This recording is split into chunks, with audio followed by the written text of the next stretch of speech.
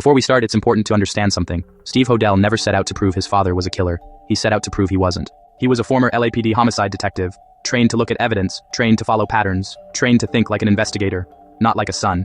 After George Hodel died, Steve inherited boxes of his father's belongings, photographs, documents, personal notes, travel records, and items he didn't fully understand yet.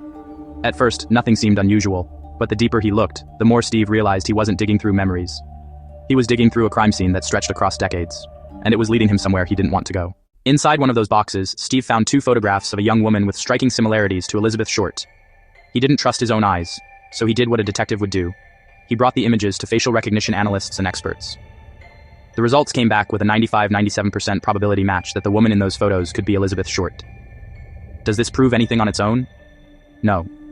Does it add another layer to a case already overflowing with disturbing connections? Absolutely.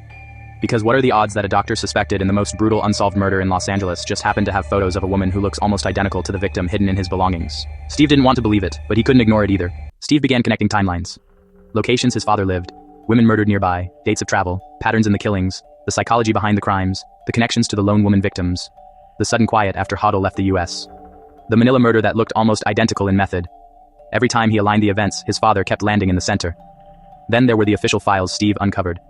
Surveillance logs, the transcripts of the secret recordings, the memo naming his father the prime suspect, interviews investigators never released, details the public never knew, evidence that was ignored, misplaced, or quietly buried. The more Steve read, the more it became obvious. Authorities were never confused. They weren't lost. They weren't unable to solve it. They had a suspect, and they stopped pursuing him. Not because he was innocent, but because he was powerful, connected, and dangerous to expose. The truth wasn't hidden by lack of evidence. It was hidden by fear. Even with everything Steve uncovered, the files, the recordings, the travel logs, the pattern of victims, the forensic consultations, and the overwhelming overlap, the case has remained officially closed. Why? Because reopening it would mean acknowledging. Evidence was ignored. Suspects were protected. Officers were told to stand down. Files were sealed for decades, and the public was misled. And once a department admits that, they open the door to lawsuits, scandals, and accountability. It's easier to say, it's unsolved. But Steve's investigation reshaped the case forever.